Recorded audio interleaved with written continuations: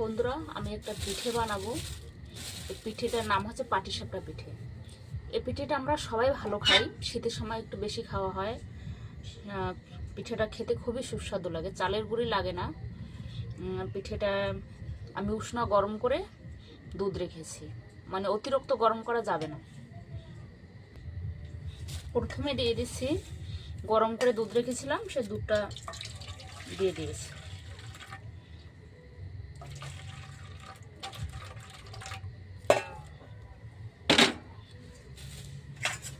একটু গরম আছে, এই জন্য দুধটাকে ঠান্ডা করতে দিয়েছি।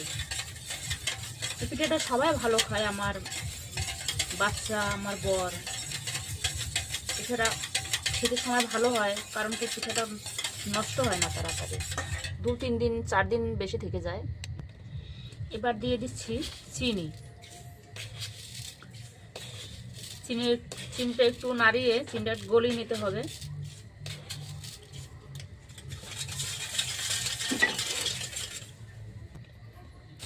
এবার দিয়ে দিয়েছি ময়দা।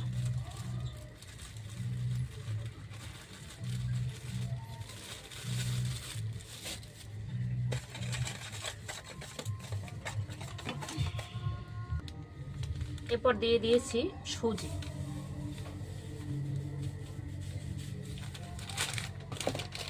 এরপর দিয়ে দিচ্ছি লবণ পরিমাণ মতন, একটু টেস্ট করে নেবেন যখন বানাবেন।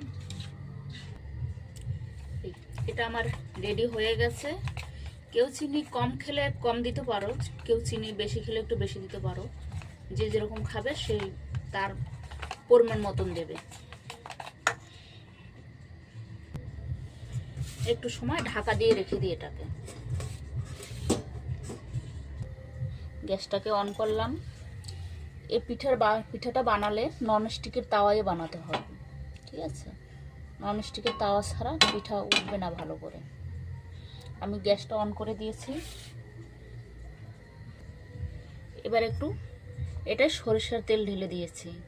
যখন তাওয়ায় দিতে হবে সরিষার তেল দিয়ে এই কাপড়টা ভিজিয়ে এই তাওয়াটা একটু মোছা দিতে হবে। এবার আমি তাওয়ায় দিয়ে দিয়েছি। দেখি প্রথমবার কিরকম হয়।